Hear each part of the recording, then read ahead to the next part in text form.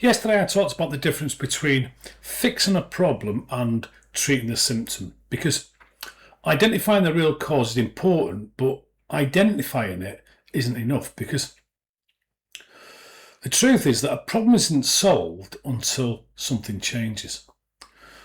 A conversation needs to happen, a standard needs to be reset, a process needs to be improved, a responsibility needs to be clarified, a number needs to be measured, or a decision needs to be made. It's really easy to leave a meeting feeling clear about what went wrong, everyone agrees and the discussion feels productive, and some actions might get mentioned. Then everyone goes and gets busy again, and a week later the same problem returns. Not because nobody understood it, but because nothing actually changed. And this is why there's so many improvements lose momentum. The business has the conversation, but the business doesn't have the follow through. So the owner identifies the issue, but might delay the decision. The team might agree on a new standard, but nobody checks whether it's been upheld. The process is discussed, but it's never documented. So awareness can feel like progress, but awareness without action doesn't improve the business.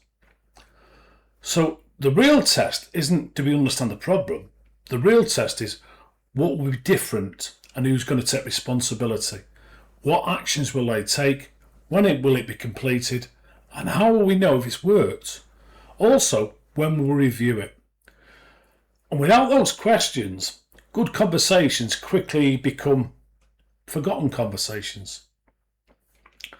There's another really important point here, that change doesn't always have to be dramatic. Sometimes it's just one small improvement that can prevent hours of repeated frustration. That could be a checklist, a clearer deadline, a weekly number, a better handover, one honest conversation, one decision that's been avoided for far too long. Because the goal is not to create more work, it's to make the right change so that the same problem stops creating more work. Okay, your momentum move today. Think about one problem that you've recently discussed and then ask what's actually changed as a result of that.